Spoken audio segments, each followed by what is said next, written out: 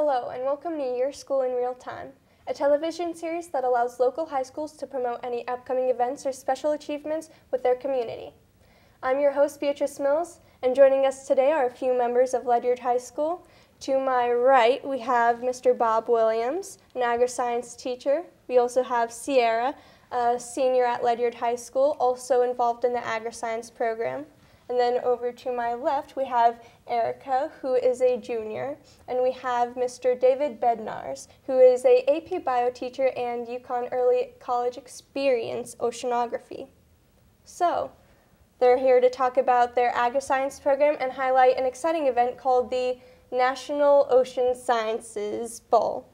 All right, so I think we're going to start with the agri-science program, so over to Mr. Bob Williams. Hi, thank you for having me this evening. Pleasure to be here tonight. All right, so can you explain, just to start off, what is the agri-science program? The agri-science program is an applied science program that focuses on applying sciences and technology to problems related to agriculture, whether they be production of animals or plants, fish. We do have an aquaculture component to our program that ties in well with the marine sciences that we have in the school, and also technologies other than the living things that support living things, equipment operation, landscape management, and things like that. All right, so these are classes offered at Ledyard High School designed specifically for those areas? Yes, it's a program within Ledyard High School to which students come during part of their day to take classes in this area. And what are those categories that you offer classes for? Well, we would generally categorize them in 5 different areas. We have animal sciences, plant sciences, aquaculture, environmental and natural resources, and then the technology or mechanical components that support those things. All right. I hate to do this to you, but I'm going to ask, what makes each one individually? What are some hands-on experience, or what do students learn about in each of those different areas? So, for example, in the animal sciences area, you'll have students who work both with small and large animals, as well as the veterinary sciences. We have some advanced courses in the area of preparing students to be involved as either veterinarians assistants or maybe to prepare them to go on further and study for vet tech or veterinarian itself. They might work with animals that we have in our barn. We have sheep, we have poultry, we have animals that do come and go on campus, some of them large like alpacas or small cattle, and we also have small companion animals. It might be a dog. Right now we're running a doggy daycare where some of the teachers' dogs come in each day, they spend the day, the students take care of them, sometimes groom them, and at the end of the day they go home with their owners. We also have smaller animals, pocket pets, in chinchillas and things like that. Oh, that's the animal science area. In the plant science area, we have 4 modern, state-of-the-art greenhouses where we grow crops throughout the year, depending on the season. Right now, there isn't a crop going in until maybe the end of this month, and we'll be preparing plants for bedding plants that'll go out in people's gardens, flowers, as well as vegetable crops. In the fall, we also do crops that are related to the holiday season. Students grow and sell poinsettia and other holiday-related crops. Not only do they grow crops in that area, they also work on floral design. We have an advanced early college experience, University of Connecticut early college experience class on floral design, as well as an ECE course on horticulture. In the aquaculture area, we have about 3,000 gallons, I'd say, of water that is stocked mainly with tilapia, some hybrid striped bass, correct me if I'm wrong. And not anymore. Not we anymore. have catfish mostly. And channel catfish now, yeah. So we have aquaculture fish that we have there. We also have what you would consider more ornamental fish, like koi. Again, students raise them, take care of them, do all the chemical analysis of the water to keep the water good. And then if they're a harvestable fish, they'll harvest them and maybe we'll have a fish fry or something like that for the school or for some of the teachers. Oh. Now, so you mentioned that they learn how to do all the calculations and stuff like that. Do their other courses and their other curriculum prepare them for that, or is that something they learn to do in that program? They'll be prepared to do the analyses that they need to do within our program. Now, it's going to be consistent with what they might learn in chemistry class, or say if they take a marine science class, there's a crossover between the different areas of content. But generally, we have to either remind or reteach students things that they've already learned, or give them that opportunity to learn it if they haven't learned it in the first place. Some of the water analysis things, they're not going to do in chemistry class. They're only going to do that in a class where there are living things that they need to do that for. And you have all of these, the pets and the ocean tanks, you have all of that on the campus of Ledyard High School? Right. We don't have saltwater tanks for ocean organisms. We keep freshwater fish there. They're right within the classroom there. We have laboratories that house the tanks, and we have both an indoor facility for animals as well as a barn where we keep the larger animals that don't want to come inside or can't come inside. So if I were to say, if I were interested in learning more about the ocean side of it, but I realized too late, I was already in another program, would I be able to switch over? Students come into our program specifically to be part of the agriscience and technology program. Once they're in that program, we do allow some flexibility for a student who thought, for example, that he or she was interested in animals, got involved in a horticulture class and said, man, I really like the greenhouse. I like working in the greenhouse. I really want to be more involved with plants. We do give students the opportunity to cross over into that area if they want to do that. There is some preparatory work you need to do, though. So if you're not prepared, it may be difficult for you to do. Okay. So do any of those classes overlap with each other? Or is it more? Not a lot, no. Okay. I teach the mechanics area, and in that area there may be some overlap between what I teach kids in terms of maintaining landscape equipment and a class that they might have in landscape management. All right. That makes sense, yeah. Now, you are part of this program. Yes, I am. What are you in right now? Currently, we're doing agricultural research projects, but that's an overall senior thing. Right now, I am taking horticulture ECE, which is the early college experience program. Okay. Horticulture, floral design, and earth science, sort of. Depends. Right. I work in aquaculture in the morning, though, so I do spend most of my time there. Interesting. So how have you benefited from being in this type of program? I have benefited a lot because, honestly, I went into the program thinking I would go into animal science. But then I did take the aquaculture courses, and I did take the horticulture courses. And even though I loved aquaculture, I decided to go with horticulture because of what the advantages offered me with the ECE program, and you get college credits for that. And just the difference in not only community within the classrooms, but the different responsibilities and skills you learn. All right, makes sense, obviously. Yeah. And are you from Ledyard? I am not. I am actually from Quaker Hill, Waterford. All right. Which is across the river. Yeah, that is. So that brings us to our next question. With the agriscience program, do students apply to be part of that? Yes, they do. We're what's called a regional agricultural science program, and we're required by the state of Connecticut to open that program up to students from the 12 sending towns that are towns generally around Ledyard, as far east as Old Lyme, as far north as Lisbon, and as far west as Old Lyme, as far north as Lisbon, as far east as the Connecticut border. So I have your sort of quote or catch line is 12 towns, 4 grades, 1 identity. So that really speaks volume to the diversity that you have at your school. It really does. You're going to find that of the more than 900 students at the school, about 1/4 of those are students who are in our program at least part of the day. And therefore, as they go out, they're going to find that in any class they go to, there are going to be students who are agriscience students, but there are also non-agriscience students. So we're well integrated into the whole school community to the point where I think our diversity influences the school. It is definitely a school that has a kind of cosmopolitan feel to it, that there are students from all these different towns, not just from Ledyard. All right, so I have a couple more questions. One of them is, what is the SAE? The Supervised Agricultural Experience is the homework that the ag science teachers give to their students, essentially. All of the students in our program are required to do something outside of school that applies what they learn in class. So, for example, a student who's interested in poultry might raise poultry, sell the eggs, or not, as they see fit, and have that as a way that they can take their learning that they do in class and put it into real life for an authentic experience and also an authentic ability for us to assess whether they're learning what they're supposed to learn. So Sierra, have you done this yet?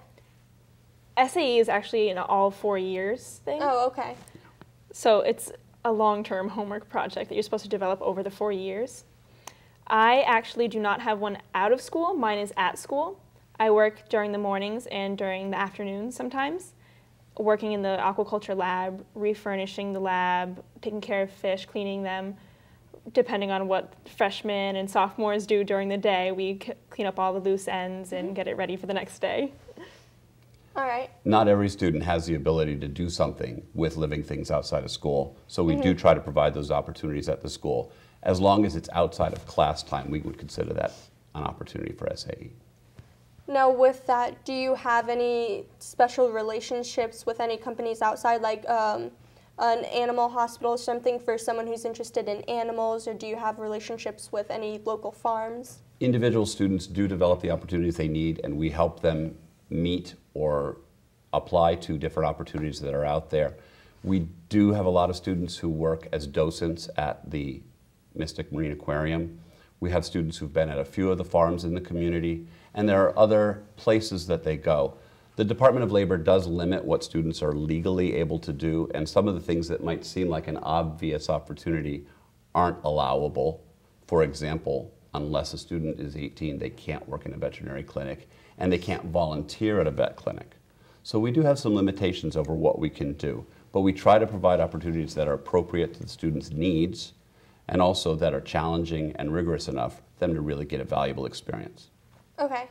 And now I got to go back to you. What's been your favorite part about this? I mean, we're hearing about all these benefits and these great opportunities, but what's been your favorite part? My favorite benefit or my favorite part of the school in general? Hey, why not both? My favorite benefit would probably be the ECE credits we get, because we generally do our own classwork, and I've actually heard from Miss Roy, which is our horticulture teacher, that what we perform is actually more experience than you would learn in the college class, because we have that access and we have orders coming into the school to do this work. Don't take me seriously on that, I'm not sure. But we do have a lot of on-hands experience that you really can't learn in an actual class unless you are structured that way, which we are. Now, I don't know if you had the opportunity to work on one of the weddings that we helped do, but that's not something I think you're going to see at UConn happening, that someone will come to us and say, can you help us do the flowers for our wedding? A former student did this several years ago. Sometimes it's a friend of the department. And we've done a couple of weddings. Were you involved in any of those? I have not been. This coming spring I will be, though. Okay. That's the floral advanced art class that we do, which we do in the spring. Senior years usually is when you get to do that. We do provide flowers for prom and junior proms, though, for the school. Well, I know where to come for my senior prom. There you go. They do a good job. So this agriscience program, this is sort of like an early step into, you major in a certain subject in college, and this is that early step for it. Most students, I would assume, continue on with whatever topic they've chosen in high school. Exactly. What I think you'll find is that many of our students leave. They don't necessarily go right into industry or right into practicing what they've learned. But if they do go to college, they're often a step ahead of their classmates because they've had this exposure to, for example, practical handling of animals. A kid who takes a biology course in a regular bio program isn't going to necessarily be skilled at a simple act like taking the alpacas out to the paddock for the day. And yet our kids are able to do that. They have confidence in their skills to do that. And that does give them that little bit of a heads up over other students. What a great opportunity. I mean, I see nothing but benefits in that. It really is beneficial. Now, you don't participate in the National Ocean Sciences Bowl. No, I do not. But you do. Yes. All right, so I think that's a good sort of transition. Can you tell me a little bit about that? Well, the National Ocean Sciences Bowl has a regional competition with 16 towns from Connecticut and Rhode Island compete, and that was on February 7th this year, and Ledyard came in second place. Oh, congratulations. But there are marine science questions on biology, chemistry, physical properties, geology, geography, navigation, and history. So there are different sort of areas that you can compete for. Well, they're all together. You have to compete within all of them. All right, gotcha. And Mr. Bednars, you are the AP Bio teacher and then also the UConn Early College Experience Oceanography.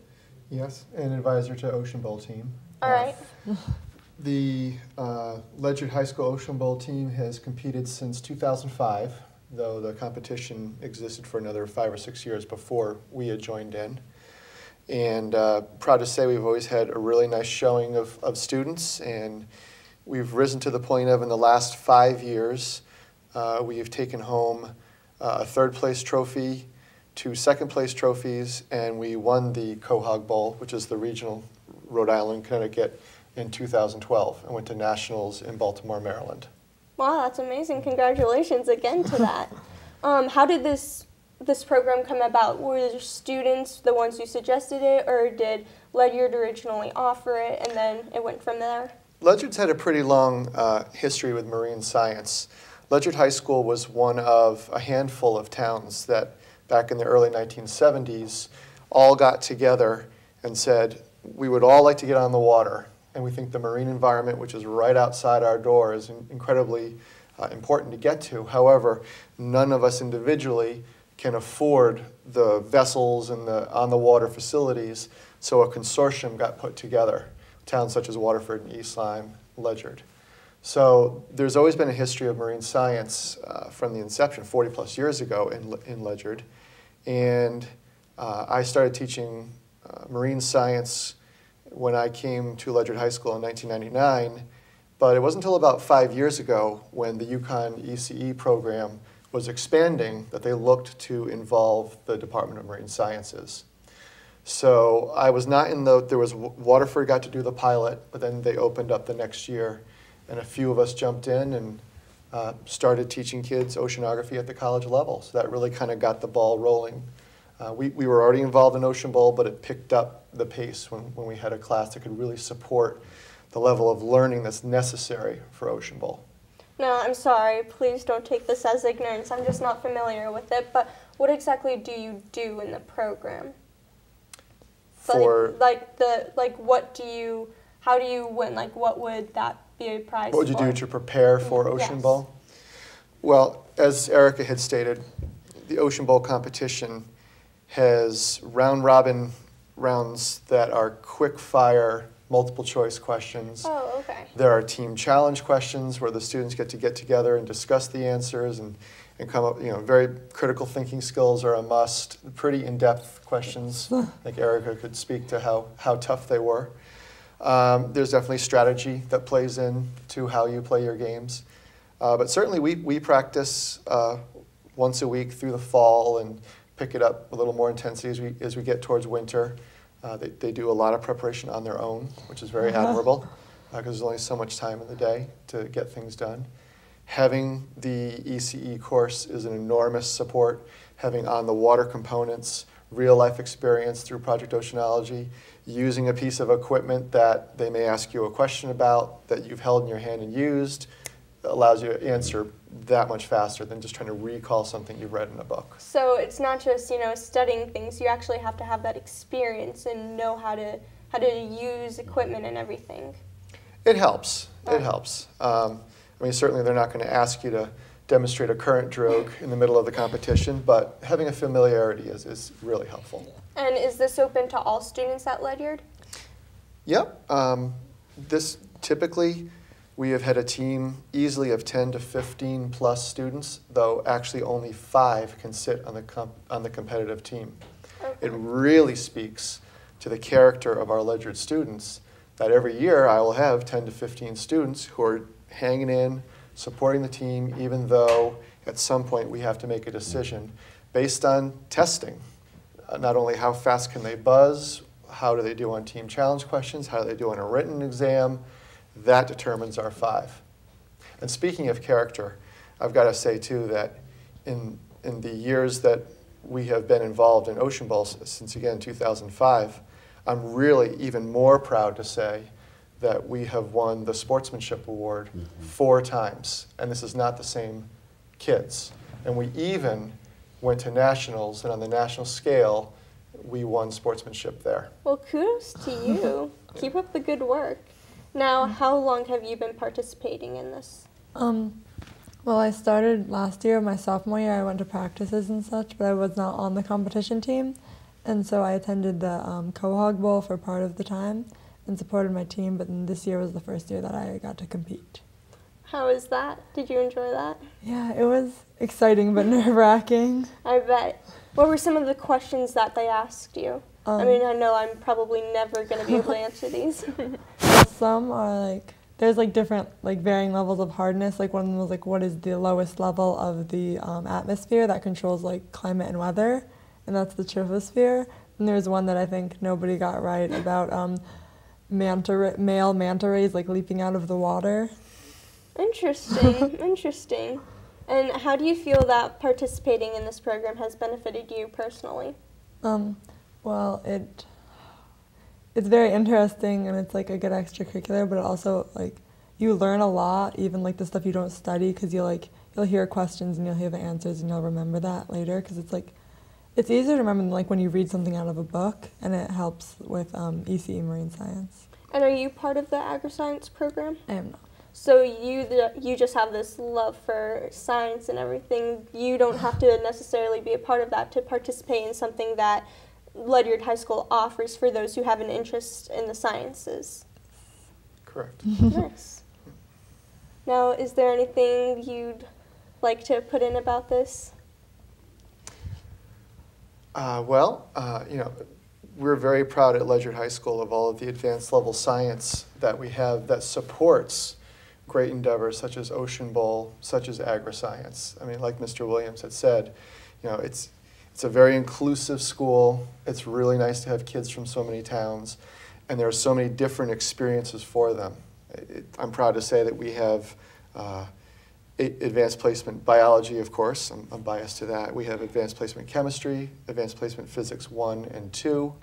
We just added advanced placement earth science this year. Environmental science. Environmental science, thank you, Erica. Yeah. And then, of course, our introduction to oceanography, ECE Marine Science, which students are able to get their 4 credits of college credit for with no AP exam having to be taken, which is kind of a nice bonus. Can students take the AP exam, though? Is it offered to them? If it's a dual enrollment course, that can happen. For instance, Introduction to Oceanography is not an AP. There's no such thing as AP Marine Science. Courses such as biology, chemistry, in English even, we have a UConn/AP English. So you could get UConn credit, you could take the AP exam. Most students end up taking the UConn credit straight off because a recent ECE study showed that a good 85% of the time universities all around the country will take ECE credit. Since it's the oldest program for early college experience in the nation of all the colleges who support that. It's from the 1950s. And you're one of 19 schools in the state that is an agri-science center.